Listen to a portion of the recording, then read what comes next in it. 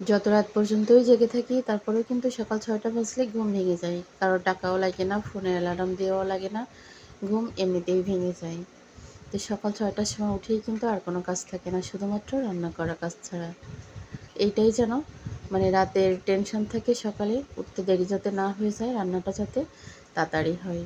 এখানে যে গরম গরম ভাত রান্না করলাম, একটা ডিম সেদ্ধ দিলাম, হাঁসের ডিম আমার জন্য। আর এইখানে হচ্ছে হাঁসের ডিম দিয়ে গলদা চিংড়ি দিয়ে ভুনা করলাম, লাল শাক ভাজি করলাম।